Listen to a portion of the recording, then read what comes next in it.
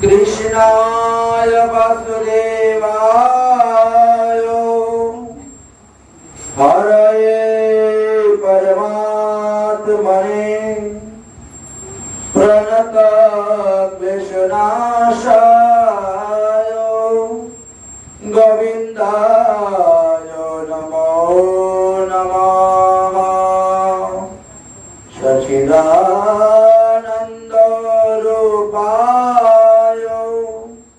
विश्वोत्पत्त्यादिहेतवे तापत्रय विनाशाय श्रीकृष्णाय वयं नमः। श्री भक्तबृंदगण, এই কলিযুগে 5টি যজ্ঞের কথা আলোচনা করে গিয়েছে। তার প্রথমেই হলো নাম যজ্ঞ, তারপরে হলো জপ যজ্ঞ, তারপরে হলো হোম যজ্ঞ, তারপরে হলো জ্ঞান যজ্ঞ, তারপরে হলো যাগ যজ্ঞ এবং শেষে হলো তপ যজ্ঞ। এই 5 প্রকার যজ্ঞ এই কলিযুগে চলবে। এই 5 প্রকার যজ্ঞের কথা আলোচনা করতে গিয়ে বললেন, তপ যজ্ঞ বলতে একাদশী আদি ব্রতকে বোঝানো হয়। যাগ যজ্ঞ বলতে ভগবান শ্রীকৃষ্ণের পূজা অর্চনাকে বোঝানো হয়। জ্ঞান যজ্ঞ বলতে শ্রীমদ্ ভাগবত পাঠ বা গীতা পাঠ ইত্যাদি গ্রন্থ অনুশীলনকে বোঝানো হয়, অধ্যয়নকে। হোম যজ্ঞ বলতে যজ্ঞকুণ্ড তৈরি করে দেব দেবতা ভগবানের নাম উচ্চারণ করে সেখানে সোহা সোহা করে আহুতি প্রদান করাকে বলা হয়েছে।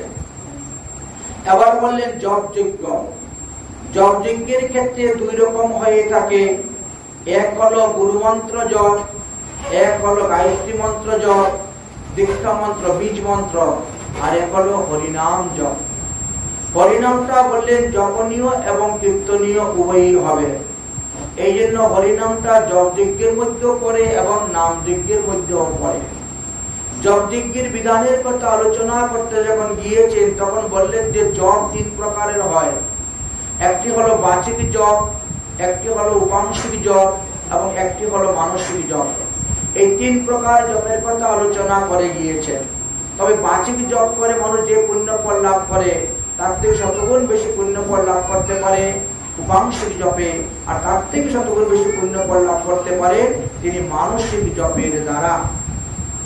এই জন্য হরিনাম জপনীয় এবং কীর্তনীয়। কারণ জপ করলে পরে তার একটা নির্বন্ধন থাকে, একটা সংখ্যা থাকে, আমি এত সংখ্যা এতটুকু হরিনাম করব। কিন্তু কীর্তন যখন করবে তখন কোনো সংখ্যা থাকে না, অসংখ্য। এই জন্য সংখ্যা থাকে না বলে তার উপরে শ্রদ্ধা নিষ্ঠা বা ভক্তিটা কম থাকে। কতগুলো হরিনাম করা হচ্ছে প্রতিদিন বোঝা যাচ্ছে না।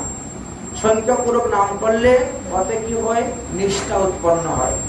তাই বলছেন এক অঙ্গ সাধে কিংবা সাধে বহু অঙ্গ, নিষ্ঠা হতে হবে জীবের তরঙ্গ। প্রেম ভক্তি লাভে উপায় হবে একমাত্র নিষ্ঠার দ্বারা। তাই নিষ্ঠাকে উৎপন্ন করার জন্য আমাদেরকে এই হরিনাম জপের বিধান দিয়েছেন। হরিভক্তি বিলাস আদি গ্রন্থেতে জপের কথা আলোচনা করে গিয়েছেন, জপ কিভাবে করতে হবে। তবে সেখানে জপকে 2 ভাগে বিভক্ত করা হয়েছে।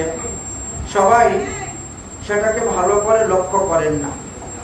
অনেকেই মনে করেন যে হরিনামের মালা জপ আর দীক্ষা মন্ত্র গায়ত্রী জপ দুটাই এক, কিন্তু দুটাই এক নয়। কারণ মহাপ্রভু হরিনামের কথা আলোচনা বলছে সর্বত্র হবে। খাইতে শুইতে যথা তথা নাম লয়, দেশ কাল পাত্র নেই সর্বসিদ্ধি হয়। তাই নাম জপের ক্ষেত্রে দেখা গেল যে নাম সর্বত সর্বাবস্থায় সর্বকালেই সেটা জপ করা যাবে, কিন্তু গায়ত্রী মন্ত্র সর্বকালে সর্বাবস্থায় জপ করা যায় না। জপের বিধানের কথা যখন আলোচনা করেছেন তখন বললেন যে হেঁটে হেঁটে জপ করতে নেই, পাদ প্রসারণ করে জপ করতে নেই, মাথায় বস্ত্র না দিয়ে জপ করতে নেই, জপ করার সময় আঙ্গুল ফাঁক করতে নেই, জপ করার সময় পর স্পর্শ করতে নেই, দাগগুলা স্পর্শ করা নিষিদ্ধ আছে, ইত্যাদি ইত্যাদি অনেক বিধান আছে। কিন্তু হরিনাম জপের ক্ষেত্রে শুধু খালি তর্জনী আঙ্গুলকে মালার বাইরে রেখে আর বাকি কোথাও কোনো বিধান নেই, 1 নম্বর। 2 নম্বর হলো, যদি কারো মালা না থাকে, মনে করেন কোনো ব্যক্তির মালা নেই, জপের মালা নেই, তখন তিনি আঙ্গুলেও তিনি হরিনাম জপ করতে পারেন। কিন্তু আঙ্গুলে যখন হরিনাম জপ করবেন তখন তিনি অনামিকা আঙ্গুল এর মধ্যভাগ থেকে জপ আরম্ভ করে কনিষ্ঠ আঙ্গুলের মাথা থেকে গিয়ে আবার অনামিকা, মধ্যমা, তর্জনী আঙ্গুল দিয়ে নামবেন। আচ্ছা, জপের সময় তর্জনী আঙ্গুল ব্যবহার করা যাচ্ছে, কিন্তু মালা যখন জপ করবেন তখন তর্জনী আঙ্গুল ব্যবহার করা যাবে না। আপনি যখন গুরু মন্ত্র, গুরু বীজ, গুরু গায়ত্রী, কৃষ্ণ মন্ত্র, রাধা মন্ত্র, রাধা বীজ, রাধা গায়ত্রী যা কিছু জপ করবেন, যখন আপনি জপ করবেন তখন আপনি তর্জনী আঙ্গুল দিয়ে নেমে আসতেছেন। তর্জনী আঙ্গুলের 3টা পর্ব ব্যবহার করা হচ্ছে, নেমে আসতেছেন, কিন্তু এতে আপনার দোষ হচ্ছে না। কিন্তু যখন আপনি মালার মধ্যে হাত নিয়ে জপ করবেন তখন মালাতে তর্জনী আঙ্গুল স্পর্শ করানোই নিষিদ্ধ আছে, ওখানে স্পর্শ করা যাবে না। এই জন্য এই যে জপের নিয়ম, এটি বিভিন্ন স্থানে বিভিন্ন ভাবে মানুষ মনে করে ওই জপ আর ওই জপ একই জপ না। জপ এক শব্দ একই হলেও তার পার্থক্যটা এইখানে আমাদের মহাজগণ দেখিয়ে গেছে।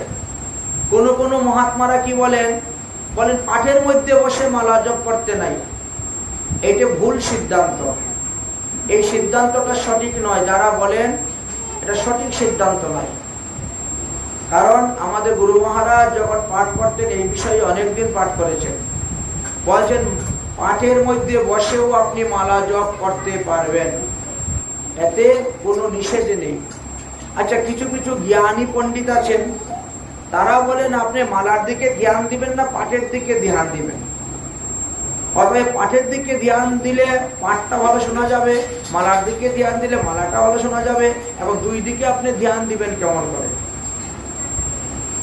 মালা নিয়ে যদি আপনি পাঠে বসেন তাহলে না হবে আপনার মালা জপ ঠিকভাবে, না হবে পাঠ শোনা ঠিকভাবে। এটি তাদের সিদ্ধান্ত, কিন্তু ভক্তি রাজ্যের সিদ্ধান্ত এটা নয়। এটা হলো জ্ঞান মার্গের কথা। যারা জ্ঞান মার্গের ভক্ত তাদের জন্য ঠিক আছে, কিন্তু ভক্তি রাজ্যে এটা ঠিক নয়, এই সিদ্ধান্তটা ভুল। কেন ভুল? গুরু মহারাজ একটা সুন্দর উদাহরণ দিয়েছিলেন, বলে এখনো দেখবেন গ্রামগঞ্জে ঢেকি আছে, ঢেকি চাটা ধান চাল পাওয়া যায়, বা চিড়ে।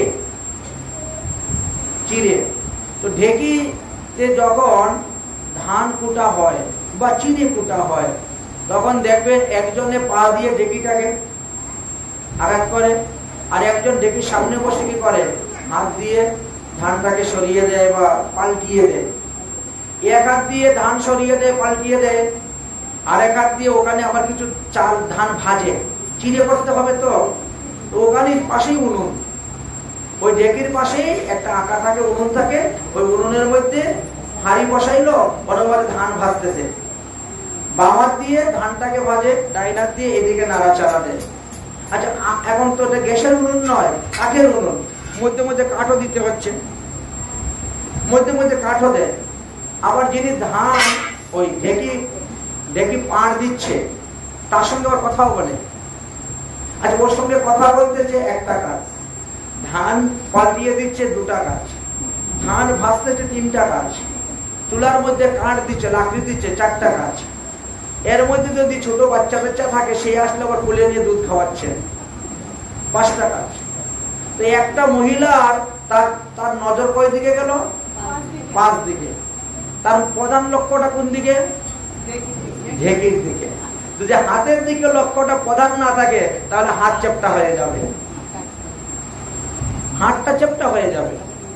গুরু মহারাজ নিজে উদাহরণ দিয়েছেন, বলে যে একটা মহিলা যদি তার 5টা কাজ একসঙ্গে করতে পারে, তা আমরা 2টা কাজ কেন করতে পারবো না?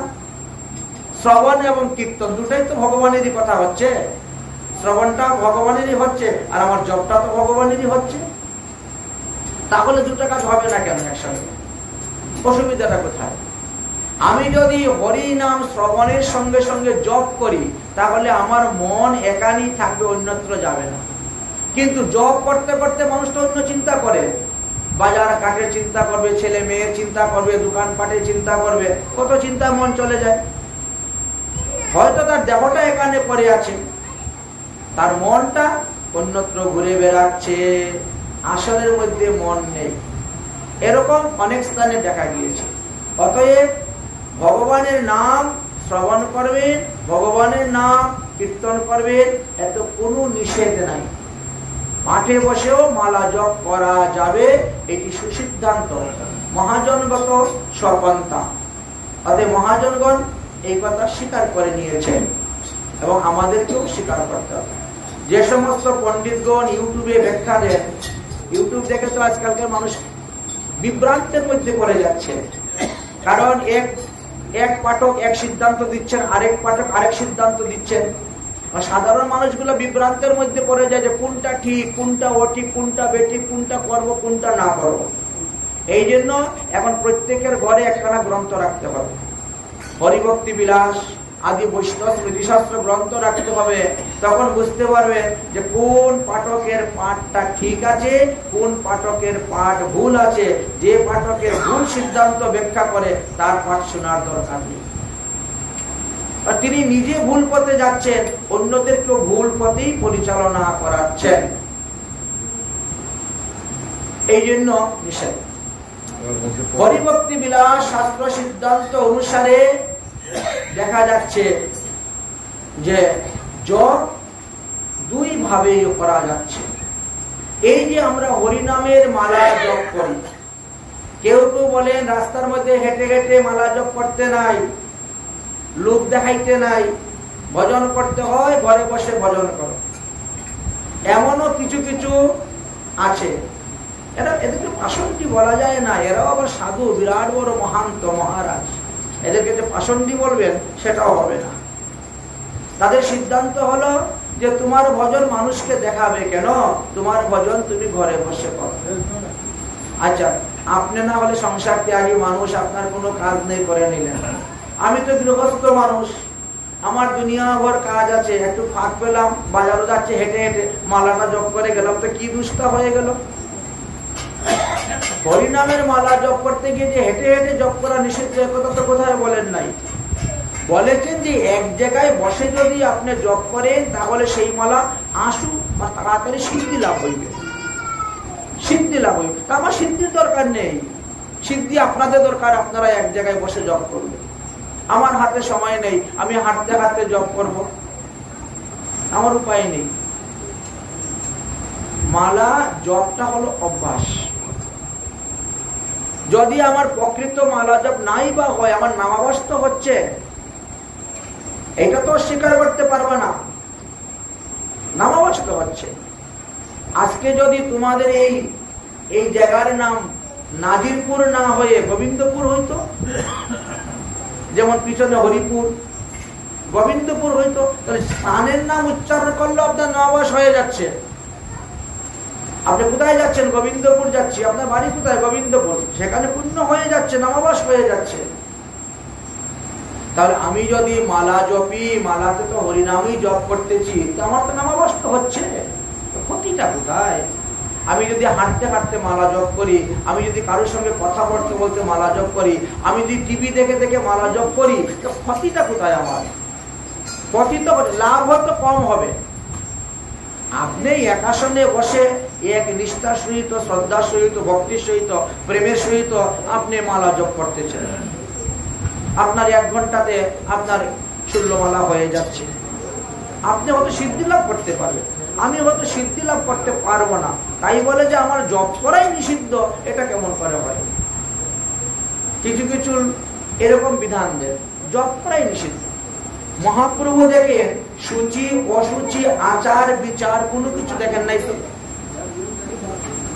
কোনো কিছু দেখেন নাই। মহাপ্রভু সবাইকে হরিনাম করার উপদেশ দিয়েছেন। যে মাছ খাচ্ছে, মাংস খাচ্ছে, মদ খাচ্ছে, চুরি করতেছে, ডাকাতি করতে, তাকে হরিনাম করো, হরিনাম করো, হরিনাম করো। হরিনাম করতে কাউকে নিষেধ দেওয়া হয় নাই। কিন্তু বর্তমান জগতে কিছু নতুন নতুন সাধু, নতুন নতুন সম্প্রদায় তৈরি হয়েছে। সাধুদেরকে সাধুরা বলে এইভাবে মালা জপ করিও না, আটটা আটটা মালা জপ করিও না। অন্যের কথা কি বলবেন, পাষণ্ডীদের কথা কি বলবেন? তারা এমনই শাস্ত্রজ্ঞ হয়ে গেছেন যে তারা এইভাবে মানুষকে উপদেশ দিয়ে পারেন। আরে ভগবান যদি কৃপা করেন তাহলে তো হয়েই গেল। নামের দ্বারা আমাদের পাপের ক্ষয় হয়, নামের দ্বারা চিত্ত শুদ্ধি হয়। মহাপ্রভু হরিনামের উপরে অষ্টক রচনা করে গেলেন। মহাপ্রভুর অষ্টক চেত দর্পণ মার্জন মহাধা দাওয়ার নির্বাপন সব কিন্তু বলে গেছে।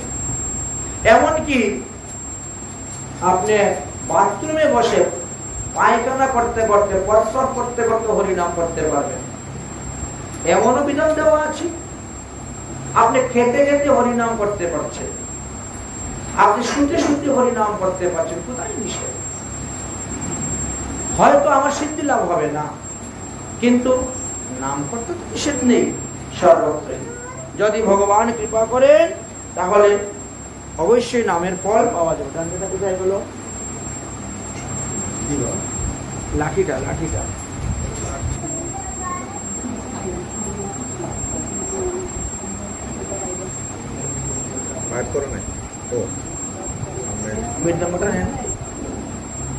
যদি না কি নাম দয়ানিধি হে,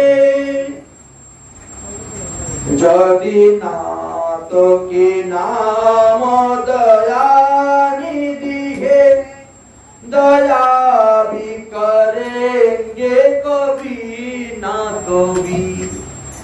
যদি ভগবানের নাম দয়ানিধি হয়েই থাকে আর আমি যদি তিনার নাম জপ করে থাকি, তাহলে তিনি কোন দিন না কোনদিন আমাকে দয়া করবেনই করবেন।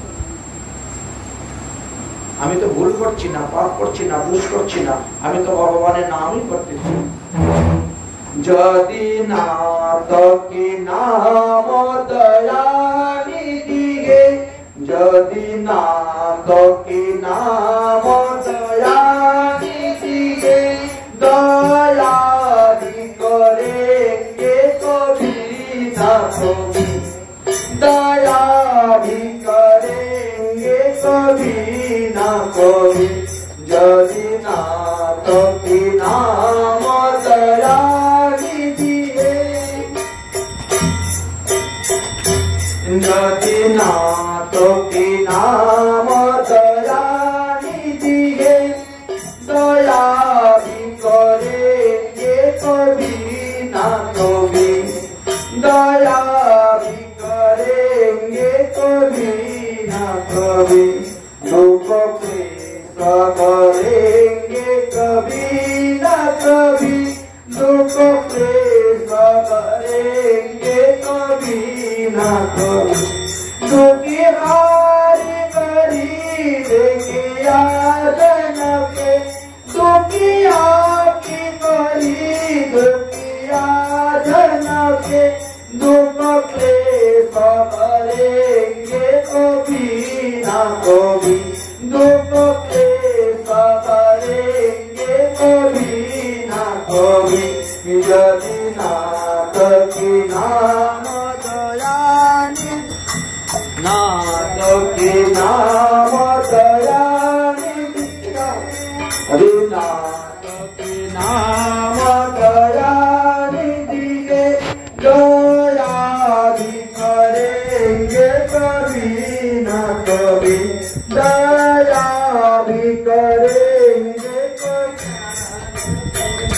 जिस अंग की हो जाए सहमति है, जिस अंग की शोभा सरसी लगे, जिस शाम के रंग में मोहनी है, जिस शाम के रंग में मोहनी है, उस रूप सुधा में सुहासिनी है, उस रूप सुधा से उस रूप सुधाए में स्वासिनी है, उस रूप सुधाए प्यासेंगे देखो पाल हरेंगे कभी ना कभी देखो प्याल भरेंगे कभी ना कभी यदि नाथ के नाम दयानिधि यदि नाथ के नाम दया तो दया भी करेंगे कभी ना कभी तो दया भी करेंगे दुखहारी हरी दुखहारी जंगे दुखी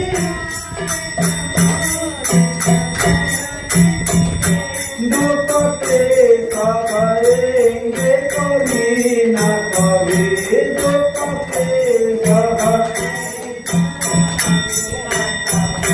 वहाँ कीर्तन साधक याद रहे वहाँ कीर्तन यहाँ कीर्तन साधक याद रहे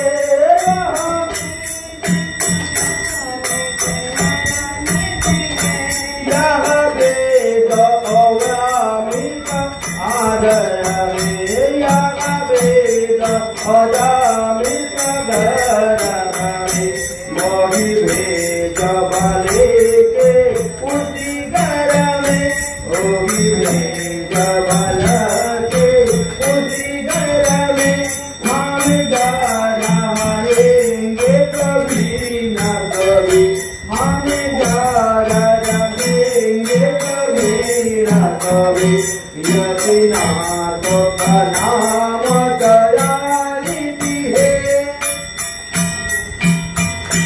यदि नाथ का नाम दयानिधि है दया भी करेंगे कभी न कभी दया भी करेंगे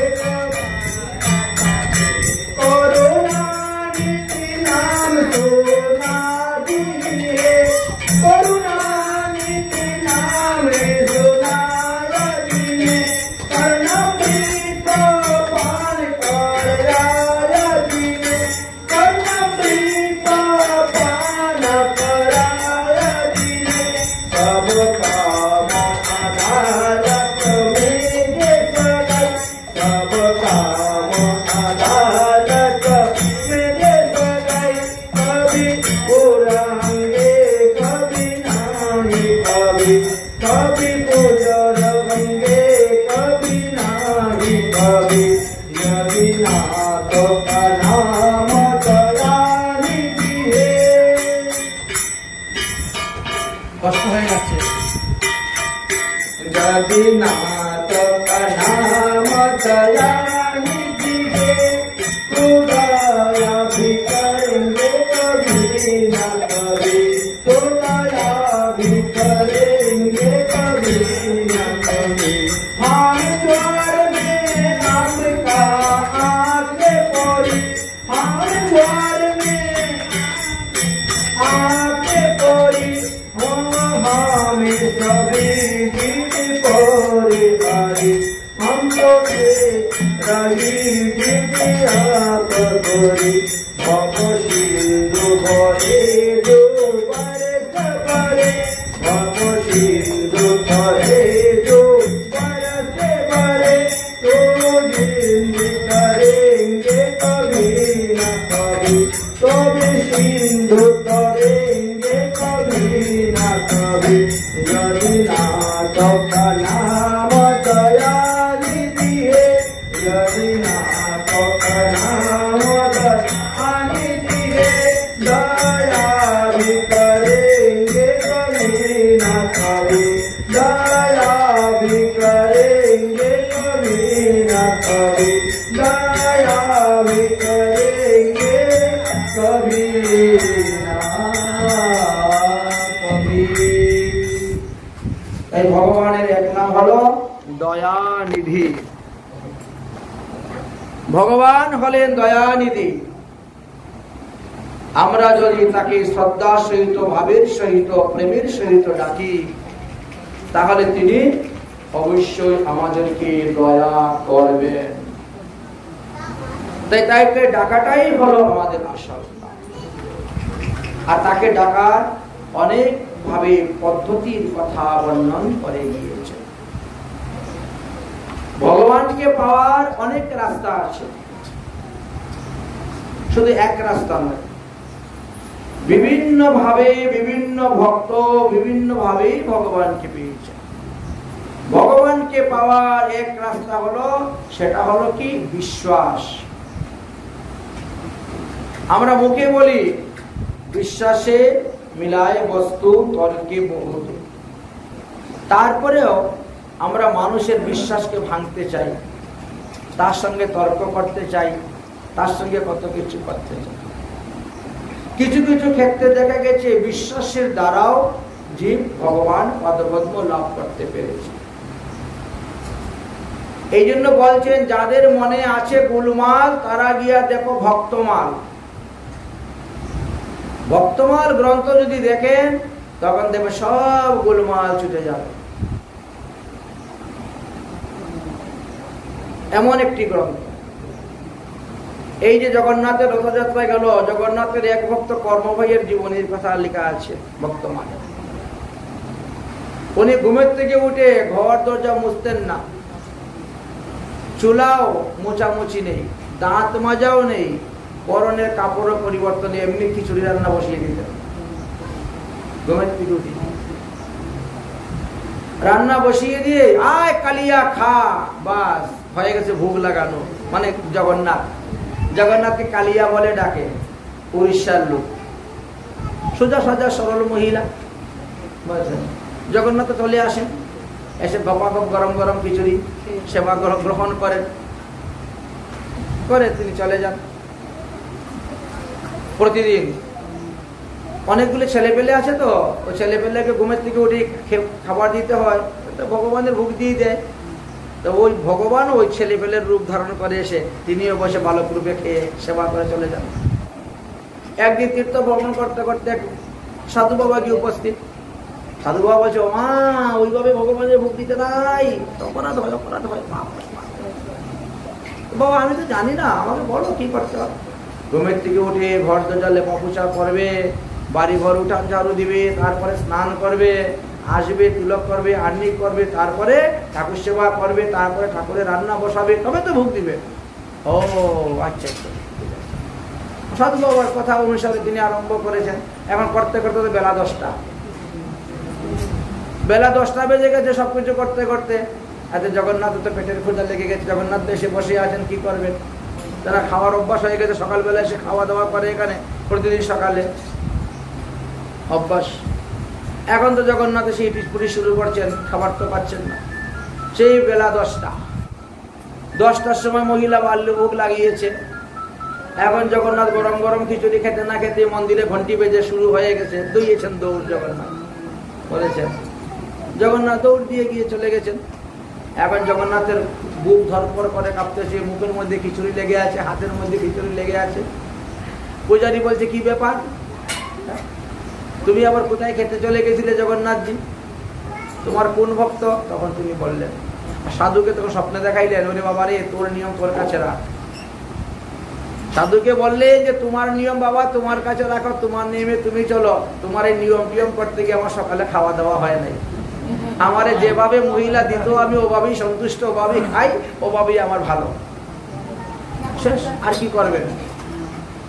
এখন বলেন তো কি করবেন? কেউ যদি নিজে যেচে আসে, আমাদের গুরু মহারাজ কি বলতেন, আগ্রহশীল শ্রদ্ধালু জনকে তুমি ভজন শিক্ষা দিবে। আগ্রহশীল শ্রদ্ধালু জনকে তুমি দীক্ষা দিবে, ভজন শিক্ষা দিবে। এটা গুরু মহারাজের আদেশ। যে আগ্রহ করে আসবে না, আমি গিয়ে তার মাথায় হাত বুলাইয়া তারকে বশ করে তাকে দীক্ষা দেব না, তাকে ভজন শিক্ষা দিব না। তার আগ্রহ সহিত সে যখন আসবে, আমার কাছে জানতে চাইবে, শিখতে চাইবে, বুঝতে চাইবে, তখন আমি আমার গোস্বামীগণের সিদ্ধান্ত এনাকে জানাই যে এই এই সিদ্ধান্ত, এইভাবে আপনি চলুন, তাহলে আপনার মঙ্গল হইবে।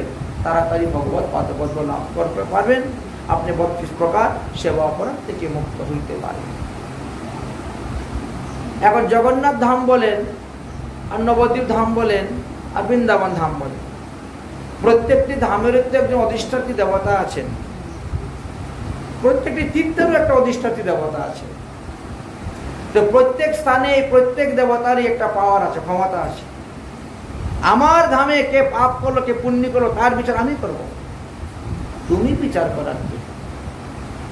এই কথাটা সব জায়গায় লেখা আছে, সব ধামেই লেখা আছে। জগন্নাথ বলতেছেন আমার উড়িষ্যায় যারা মাছ খাচ্ছে, মাংস খাচ্ছে, চুরি করছে, ডাকাতি করতেছে, মদ খাচ্ছে, আরে আমার উড়িষ্যার লোক তো, আমার উৎকলবাসী তো, তার বিচার আমি করব। যমকে বলছেন তোমাকে করতে হবে না, যমকে বলছেন তোমাকে করতে হবে না। বলছেন তোমার পান্ডারা মাছ খায়, বলে মৎস্য খাইলেও পাবে অভিসন্দের ফল, আপনি কি করবেন? জগন্নাথ বলে দিয়েছেন যে আমার পান্ডায় যদি মাছ খায় তাহলে সে মৎস্য খাইলেও পাবে অভিসন্দের ফল, তা আপনি কি করবেন? আপনার কোনো ক্ষমতা আছে? আপনি তো জীব, আর উনি হলেন ভগবান। তো ভগবান যেখানে তিনার উড়িষ্যাবাসী বা পুরীবাসীদের অপরাধ ক্ষমা করে দিচ্ছেন, অপরাধ মাফ করে দিচ্ছেন, বলছে সে মাছ খাইলেও অভিসন্দের ফল পাবে, তো সেখানে আপনি কি তর্ক করতে যাবেন? আপনার শ্রদ্ধা হয় না, রুচি হয় না, আপনি খাবেন না। কিন্তু এই নিয়ে আপনি সমালোচনা করতে যাবেন কেন? সমালোচনা করা দরকার নেই। সমালোচনা করতে গিয়ে থাপ্পড় খেয়েছিলেন জগন্নাথের হাতে একজন, বলেন তো কে? বলতে পারবেন? পুণ্ডরিক বিদ্যানিধি, বাংলাদেশ চট্টগ্রামের থেকে আসছিলেন পুণ্ডরিক বিদ্যানিধি। জগন্নাথকে একদিন মান্ডুয়া বস্ত্র পরানো হয়। মান্ডুয়া বস্ত্র কি? ভাতের মার দেওয়া কাপড়। আমাদের অনেকে আছে না মহিলারা কাপড়টাকে শক্ত করার জন্য ভাতের মারের মধ্যে ঢুকিয়ে তারপরে রোদে শুকাইতে দেয় শক্ত করার জন্য, কুচিটা ভালো হবে, সুন্দর স্ত্রী দেয়। কিন্তু মান্ডুয়া বস্ত্র অপবিত্র। মান্ডুয়া বস্ত্র অপবিত্র। মান্ডুয়া বস্ত্র পরে ভগবত সেবা হয় না, ঠাকুর সেবা হয় না, এটা শাস্ত্রের কথা, শাস্ত্রের কথা এটা। আচ্ছা, এখন তারা জগন্নাথকে মান্ডুয়া বস্ত্র পরিয়েছে।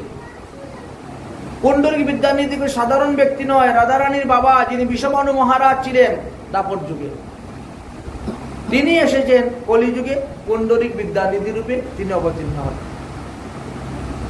আর বিশেষ করে গদাধর পণ্ডিত তিনার কাছে দীক্ষা নিয়েছেন। গদাধর পণ্ডিতের দীক্ষা গুরু। নীলাচলে গিয়েছেন জগন্নাথের রথযাত্রা দর্শন করার জন্য, রথযাত্রা টানার জন্য। ওখানে গিয়ে দেখলেন যখন মান্ডুয়া কাপড় পরাচ্ছেন, তখন হ্যাঁ এইটা কি করলো এরা, এইটা তো ঠিক নয়, মান্ডুয়া কাপড় কেন ভগবানকে পরানো? আচ্ছা, ভগবানকে পরাচ্ছে, ঠিক আছে ঠিক আছে, হয় তবুও করা যায়, কারণ ভগবান কর্তব্য সব করতে পারে। মান্ডুয়া কাপড়ও ভগবানকে নিবেদন করা যায়, কিন্তু সেই কাপড় আবার পান্ডারা কেন মাথায় বাঁধলো? এইটা তো ঠিক নয়। জগন্নাথ তো ভগবান, তিনি মান্ডুয়া কাপড় নাইলে পরতেই পারেন, এটা দোষ নেই। কিন্তু এরা তো জীব, পান্ডা, তারা সেই জগন্নাথকে পরানোর পরে সেই কাপড় এনে কাপড়টাকে ছিঁড়ে টুকরা টুকরা করে আবার সবার মাথার মধ্যে বাঁধলো। তারপরে আবার জগন্নাথের আরতি করতেছে, জগন্নাথের ভোগ লাগাচ্ছে, জগন্নাথের সেবা করতেছে, জগন্নাথকে কষ্ট করতেছে, এটা তো ঠিক নয়, নিতান্ত অন্যায়, অধর্ম, এটা হচ্ছে অপরাধ হচ্ছে। খুব বিচার করলেন। রাত্রিবেলা যখন ঘুমাইলেন, জগন্নাথ গিয়ে চড়াতে শুরু করলো গালের মধ্যে। আমার পান্ডারা কি করে না করে তার বিচার আমি করবো, তোমার বিচার করার কে দিয়েছে? তুমি আসো তীর্থ ভ্রমণ করতে। তীর্থ ভ্রমণ করতে গেলে 10 প্রকার তীর্থ অপরাধ আছে। তীর্থে গিয়ে যদি তীর্থের মানুষের নিন্দা করো, তীর্থের মানুষের দোষ দেখো, তীর্থবাসীদের, তীর্থ গুরুর নিন্দা করো, তাহলে তোমার তীর্থবাসের ফল হবে না, তীর্থযাত্রার ফল হবে না। অনেকে যায় তো বৃন্দাবন বা বিভিন্ন জায়গায়, আসার পরে খালি নিন্দা, রাস্তাঘাট কি নোংরা, এই থেকে কি দুর্গন্ধ, কত। তারপরে লোকজনের কত নিন্দা। মথুরা স্টেশনে ঘুরতে গিয়ে আমার মোবাইল চুরি হয়ে গেছে, অমুকে বলে আমার ব্যাগ চুরি হয়ে গেছে। হ্যাঁ, কত রকমের কত কিছু হয়। আরে তোমার যেটা যাবার এটা মথুরা থাকলেও যাবে আর এখানে থাকলেও যাবে, তোমার কপালেই নাই, ভাগ্যে নাই। তাই বলে কি ধামের বদনাম, ধামের দোষ, ধামের নিন্দা, ধামকে প্রাকৃতিক জিনিস বলে মনে করা, সাধারণ বস্তু, অপরাধ। এই জন্য অপরাধ বিচার করা বড় মুশকিল। আপনার জন্য যেটা দূষণীয় আরেকজনের জন্য এটা গুণ হয়ে যাচ্ছে। আচ্ছা, ভগবান যেখানে তার ভক্তের দোষ নিচ্ছে না, তো আমি সেই ভক্তের দোষ নিয়ে কি করব? কিন্তু বর্তমান জগতে এই নিয়ে কত লাফালাফি ফালাফালি চলতেছে মানুষের মধ্যে। এই জন্য যাদের মনে আছে গোলমাল, গিয়ে দেখো ভক্তমাল, ভক্তমাল দেখো, বুঝেছেন? তাহলে সমস্ত গোলমাল দূর হয়ে যাবে। এখানে আমাদেরকে বললেন, তাহলে আমরা পেলাম কি, আমাদের এই কলিযুগে আমরা 5 প্রকার যজ্ঞ করতে পারবো। তার মধ্যে এক হলো নাম যজ্ঞ, দ্বিতীয় হলো জপ যজ্ঞ, তৃতীয় হলো হোম যজ্ঞ, জ্ঞান যজ্ঞ, তপ যজ্ঞ, যাগ যজ্ঞ ইত্যাদির কথা আলোচনা করা হয়েছে। এতে সিদ্ধান্ত পেলাম মহাজনগণ সিদ্ধান্ত যে হেঁটে হেঁটে মালা জপ করা যাবে, পাঠ শুনে শুনে মালা জপ করা যাবে, এতে কোনো নিষেধ নাই। কিন্তু আহ্নিক মন্ত্র এক জায়গায় বসেই জপ করবেন, এক আসনে বসে আহ্নিক জপের বিধান অনুসারে জপ করবেন, এটা নিয়ম। ভগবানের নাম, স্বয়ং ভগবান আর ভগবানের বিগ্রহ তিনির একই রূপ, তিনে ভেদ নাই, তিন চিতানন্দ স্বরূপ। নাম লইতে লইতে হইবে প্রেমের উদ্দীপন, আর অবিশ্রান্ত নাম জপলে পাইবে প্রেমধন। আচ্ছা, এখানে বলছেন অবিশ্রান্ত নাম, মানে কখনো বিরাম দিবেন না, নামের কখনো বিরাম দিবেন না, অবিশ্রান্ত নাম জপেন, মানে সর্বদা সর্বকালে সর্ব অবস্থায় তুমি নাম জপ করতে পারো, নামের বিরাম দিও না, অবিশ্রান্ত নাম জপলে পাবে প্রেমধন। এই জন্যই তো বলছে শয়নে ভোজনে গমনে সর্বত্র নাম জপ করার কথা বলছেন। তো আগামী 26শে আষাঢ় নামযজ্ঞের শুভ দিবস, 40 প্রহর নামযজ্ঞ। সেই উপলক্ষে আমরা নামের মাহাত্ম্য কথা আস্বাদন করার জন্য এখানে সবাই সমবেত হয়েছি, সবাই বসছি হরি কথা আস্বাদন করার জন্য। তাহলে নাম বিগ্রহ আর স্বয়ং ভগবান তিনের একই রূপের কথা আমরা এই শাস্ত্র সিদ্ধান্ত অনুসারে জানতে পারলাম। এই নাম প্রথমে গ্রহণ করতে হয় আর তারপরে জপ করতে হয়। তাই বলছেন অতএব নাম গ্রহণ উত্তম, নামে রুচি হইলেই হইবে অভিষ্ট পূরণ। তো নাম গ্রহণ মানে কাউকে গুরু রূপে আশ্রয় করে তার কাছ থেকে নাম নেওয়া। কারণ নাম অপরাধের মধ্যে এটা একটা অপরাধ, গুরু পদাশ্রয় না করা। গুরু পদাশ্রয় না করে যদি কেউ নাম করেন তাহলে সেটা গুরু অবজ্ঞারূপী অপরাধ হয়। এখন নামের মুখ্য ফল না হোক, গৌণ ফল তো হতে পারে, কিছু না কিছু তো হতে পারে। নামনো সহ যাবতীয় শান্তি পাপম নিস্তারণম হরে তাবৎ কৃতেন প্রশ্নোতি পাতকম পাতকী জনঃ। পাপ হরণ করিতে নামের যে শক্তি আছে সেই পরিমাণের পাপ পাপীরা করতেই পারে না, এত শক্তি নামের মধ্যে। তাহলে ভগবানের অনন্ত নামের মধ্যে আমাদেরকে বললেন যে কৃষ্ণ নামটাই আমাদের শ্রেষ্ঠ। কৃষ্ণ নাম সে সংকেত করে হোক, পরিহাস করে হোক, স্তুতি করে হোক, হেলায় হোক, অবহেলায় হোক, সর্বত্রই মঙ্গল। শিশুপালের কথা মহাভারতে লেখা আছে, এমনকি ভাগবতেও লেখা আছে। শিশুপাল সারা জীবনকালে কৃষ্ণকে গালি দিয়েছে, কৃষ্ণের নিন্দা করে গিয়েছে, কৃষ্ণকে নিয়ে কোনো ঠাট্টা উপহাস্য পরিহাস্য করে গিয়েছে। আচ্ছা, তারপরেও মারা যাওয়ার পরে তার জীবাত্মাটা বেরিয়ে ভগবান শ্রীকৃষ্ণের দেহের মধ্যে প্রবেশ হয়ে গেল, সবাই দেখতে পেল। হাজার হাজার লোক সেই রাজস্বীয় যজ্ঞের মধ্যে বসে আছে যুধিষ্ঠির মহারাজের, সবাই দেখছেন। তার দেহ থেকে একটা অগ্নিশিখা, একটা প্রদীপের মতো অগ্নিশিখা বেরিয়েছে। সেই অগ্নিশিখাটা গিয়ে ভগবান শ্রীকৃষ্ণের হৃদয়ের মধ্যে লীন হয়ে গিয়েছে, অর্থাৎ জীবাত্মা পরমাত্মাতে এক হয়ে গেছে। তো যে যেভাবেই হরিনাম করুক না কেন, হরিনামের তার কল্যাণই হইল, অকল্যাণ হইল না। নামাচার্য হরিদাস ঠাকুরকে মহাপ্রভু জিজ্ঞাসা করেছিলেন যে, হরিদাস ঠাকুর, আমাদের সনাতন ধর্মের লোক যারা আছে তারা তো হরিনাম করে, হরিনামের দ্বারা তো তারা উদ্ধার হয়ে যাবে, কিন্তু যারা ইসলাম ধর্ম বা অন্যান্য ধর্মাবলম্বী তারা তো আমাদের হরিনাম কীর্তন করে না, তারা উদ্ধার হবে কেমন? বলে তাদের শুনিলেও তারা সব করিবে। তাহলে নামের কি মহিমা? নাম যিনি কীর্তন করবেন তিনি উদ্ধার হইবেন, আবার যিনি শ্রবণ করবেন তিনিও উদ্ধার হইবেন, তারও কল্যাণ হইবে। বলে তারা তো শ্রদ্ধার সহিত শুনে না, শ্রদ্ধার সহিত যদি কেউ শুনে তাহলে তো উদ্ধার হইবে, কিন্তু তারা তো শ্রদ্ধার সহিত শুনে না, তাহলে বলে তথাপিও হইবে।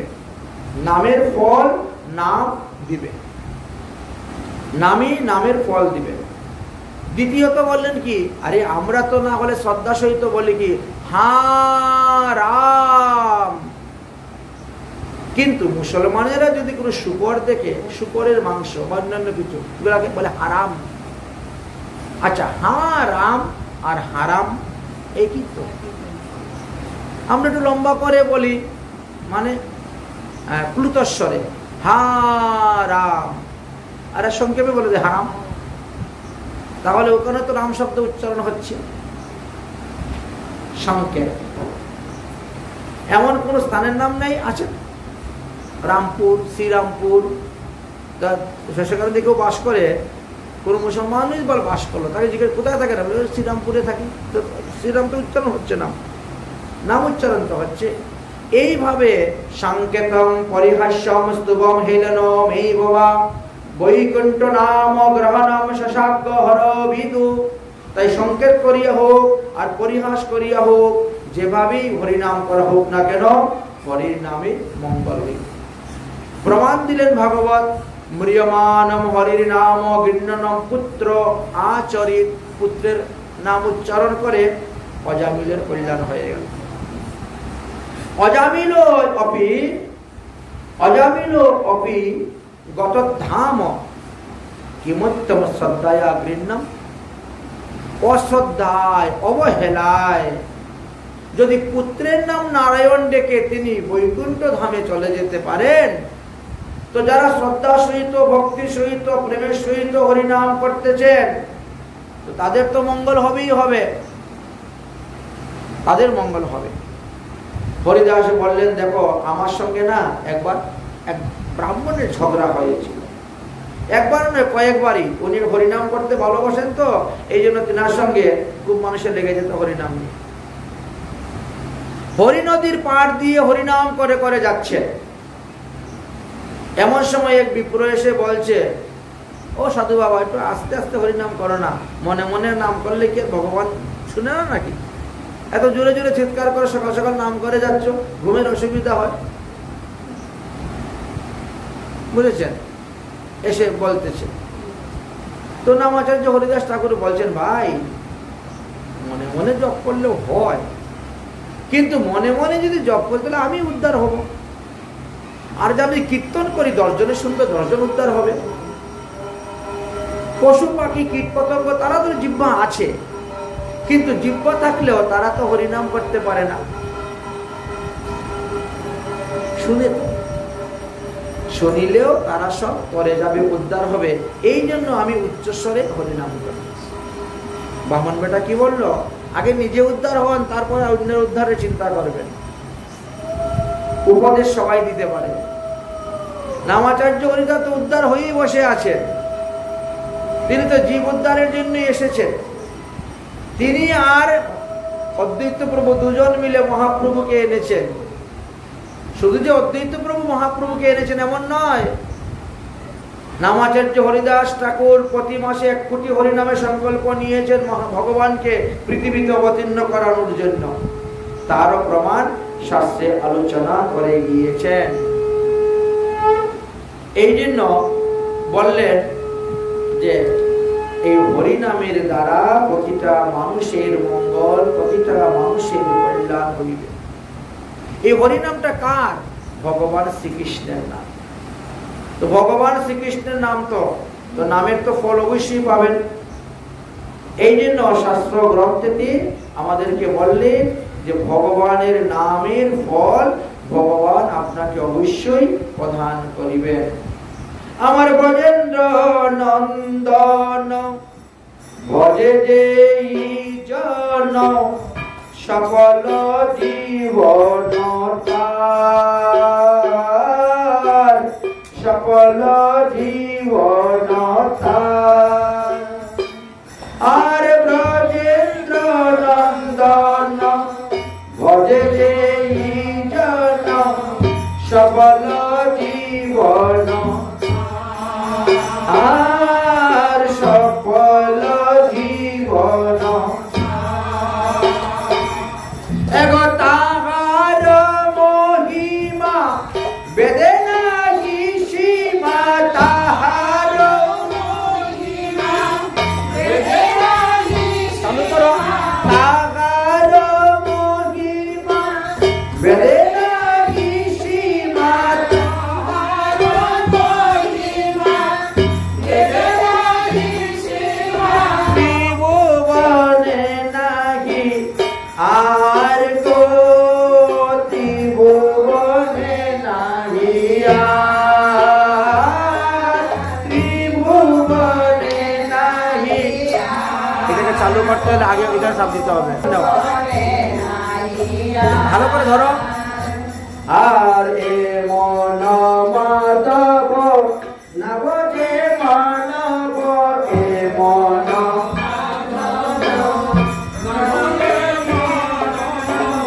মন মাধব নব যে মানব,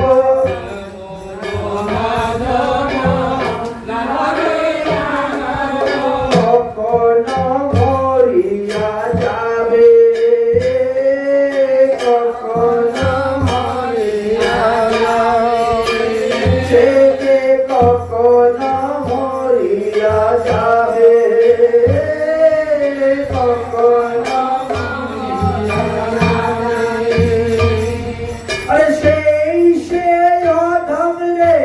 প্রহারিবে জমে, সেই সে সেই সে আধমে প্রহারিবে জমে, সেই সে আধমে প্রহারিবে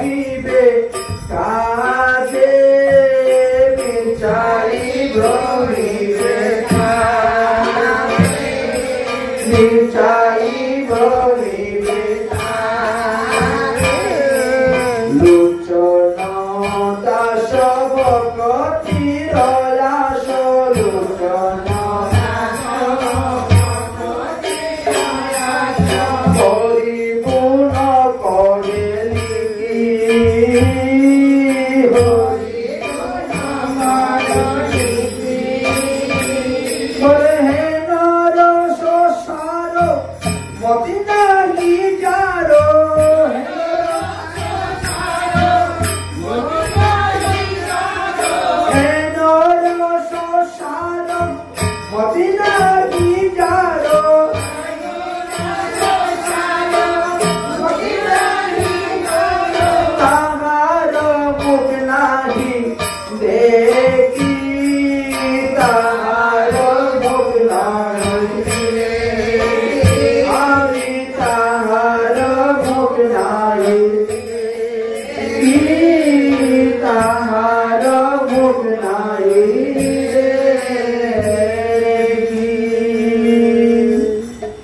তাই ভগবান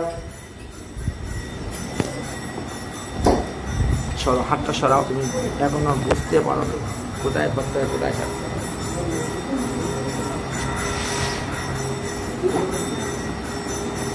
তাই যার মুখে হরিকথা নাই তার মুখ দর্শন করতে নাই, আমাদের মহাজনগণ এমনই সিদ্ধান্ত নিয়েছেন। ভজ হরি মন শ্রীনন্দির নন্দন অভয় চরণ গোবিন্দ। তাই ভগবানের ভজনের কথা আমাদেরকে উপদেশ দিয়ে দিয়েছেন। কৃষ্ণ নাম, কৃষ্ণ গুণ, কৃষ্ণ লীলানন্দ, কৃষ্ণের স্বরূপ সম সবই চিতানন্দ। জয়চে ভগবানের শক্তি অনন্ত চিন্ময়, তৈচে নাম ব্রহ্মের শক্তি নিত্য সিদ্ধ হয়। ভগবানের যেমন শক্তি আছে, ভগবানের নামেরও ঠিক তেমনি ভাবে শক্তি আছে। নাম চিন্তা মনি কৃষ্ণ স্বয়ং ভগবান, ব্রহ্মাণ্ডে শত বস্তু নাহি নামেরই সমান। নামে নিষ্ঠা হইলে হয় প্রেমের উদ্দীপন, আর অবিশ্রান্ত নাম জপিলে পাবে প্রেমধন। নামে হইতে নাম বড় কৃষ্ণের উক্তি হয়, সর্ব অপরাধ নাম গ্রহণেতে খণ্ডয়।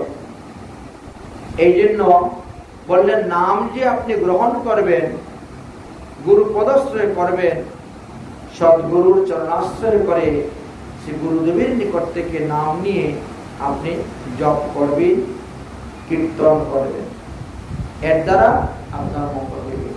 যতক্ষণ পর্যন্ত শ্রী গুরুদেবের বদন হইতে তোমার কর্ণের ভিতরে হরিনাম প্রবেশ করে নাই, ততক্ষণ পর্যন্ত তোমার দেহ শুদ্ধ হয় নাই, দেহ শুদ্ধই তোমার হয় নাই। এই জন্য বিশ্বভানু মহারাজের জীবনীতে আছে, বিশ্বভানু মহারাজ সন্তান প্রাপ্তির জন্য তিনি অনেক দেবদেবীর উপাসনা করেছিলেন, যাগযজ্ঞ করেছিলেন, হল না। তারপরে এক সাধুর কথায় তিনি কাত্যায়নী ব্রত আরম্ভ করেছিলেন। তখন কাত্যায়নী দেবী স্বপ্নে এসে আদেশ দিলেন, হরি নাম বিনা বৎস কর্ণ শুদ্ধ ন জায়তে, তস্মাৎ শ্রেয় করম রাজন হরি নামান কীর্তন। তুমি তো এখনো গুরু পদাশ্রয় করো নাই, গুরুদেবের বদন হইতে তোমার কর্ণে হরিনাম প্রবেশ করে নাই, আর এই জন্য তুমি জপ তপ তন্ত্র মন্ত্র যা কিছু করছো এর জন্য কোনো সিদ্ধি হচ্ছে না, কোনো কাজ হচ্ছে না। অতএব তুমি যাও, তুমি গিয়ে একজন সিদ্ধ মহাত্মার নিকট থেকে দীক্ষা গ্রহণ করো। তখন তিনি ক্রুতমুনির কাছে গিয়েছিলেন। ক্রুতমুনির কাছ থেকে গিয়ে তিনি হরিনাম মন্ত্রে দীক্ষা গ্রহণ করে নিয়ে এসেছিলেন। এই নামের মহিমার কথা আছে,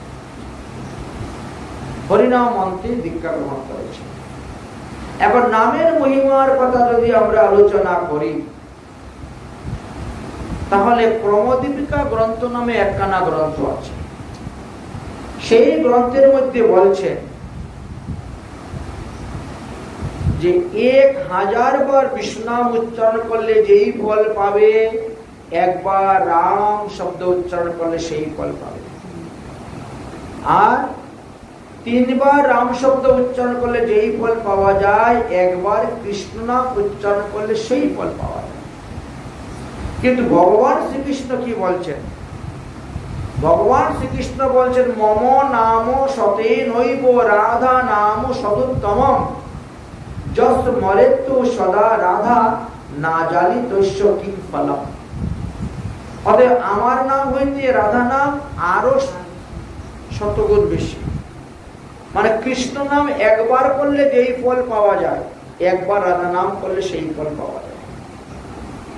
কৃষ্ণ নাম 100 বার, 100 বার কৃষ্ণ নাম করলে যেই ফল, একবার রাধা নামে সেই ফল। তাহলে 300 বার রাম নাম করলে যেই ফল, একবার রাধা নাম করলে সেই ফল। আর 30,000 বার বিষ্ণু নাম উচ্চারণ করলে যেই ফল, একবার রাধা নামে সেই ফল।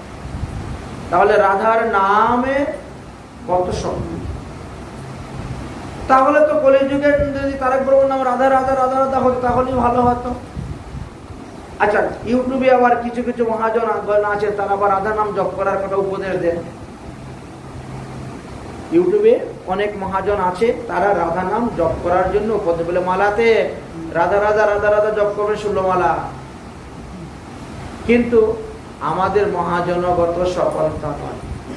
আমরা তো গৌরী বৈষ্ণব, আমাদের 64 মহান্ত, দ্বাদশ গোপাল, 6 চক্রবর্তী, অষ্ট কবিরাজ কেউ কি বলে গিয়েছেন? কোন শাস্ত্রগ্রন্থে লেখা আছে? নাই। তো আমরা অন্য সম্প্রদায়ের কথা শুনতে যাব কেন? আমি যে সম্প্রদায় থেকে দীক্ষা নিয়েছি, আমার সম্প্রদায়ের মহাজনগণ যারা, আমরা তাদের কথা মানব, তাদের কথা মেনে চলব। উনি ওনার সম্প্রদায়ে কি করতে চেষ্টা দরকার নাই। আমাদের তো এমন কিছু কিছু সম্প্রদায় আছে যারা একাদশী ব্রতই করে না, লম্বা লম্বা লেকচার দিয়ে ধর্মের, কিন্তু নিজেই একাদশী ব্রত করে না, রাধাষ্টমী ব্রত করে না। সেটা ওদের ব্যাপার। ওদের সম্প্রদায়ে ব্রত নাই, তারা করে না। ওদের গুরুদেব করে নাই, তারা করে না। সে নিয়ে আমাদের মাথা ব্যথা নাই। আমাদের মাথা ব্যথা হলো আমাদের এই গৌরীয় ব্রহ্ম মধ্যাচার্য গৌরীয় বৈষ্ণব সম্প্রদায় থেকে যারা দীক্ষা গ্রহণ করেছেন, তোমরা তো সেই সরগোস্বামীর মত মেনে চলো, দ্বাদশ গোপাল, অষ্ট কবিরা, 64 মহান্তর মত মেনে চলো। কত মহান্ত আসবেন, কত মহান্ত যাবেন, কত মহাজন আসবেন, কত মহাজন যাবেন, সবার মত কি মেনে চলা সম্ভব? বর্তমানে আরেক জায়গায় চলতেছে কি বলেছে, একজন ফোন করেছে, এক শিষ্য বলছে জয় মা কৃষ্ণ কালী, জয় মা কৃষ্ণ কালী, এটা কি জপ করা যায়? কেন? বলে ইউটিউবের মধ্যে পেয়েছি এই নাম জপ করলে রোগ শোক ব্যাধি সব মুক্ত হয়ে যায়, টাকা পয়সা ধন দৌলত খুব আসে বলেছে। তো এইভাবে দেখে দেখে লোক বিভ্রান্তের মধ্যে পড়ে গেছে, মনে করে এইটা করলেই লাভ আছে, ওইটা করলেই লাভ আছে, ওইটা করলেই লাভ আছে। আরে হরিনামে যে ফল তোমাকে দিবে, অন্য কোন জবে সেই ফল দিবে না। হরিনামের মধ্যেই রাধারানী আছেন। হরিনামের প্রথম শব্দই যে হরে, এটা রাধারানীর নাম, রাধারানীর নাম এটা। কারণ এইখানে যে 16 নাম 32 প্রকারের মধ্যে যে হরিনাম আসছে, এটা হরা শব্দ থেকে এসেছে, এই জন্য বললেন এটা রাধারানীর নাম।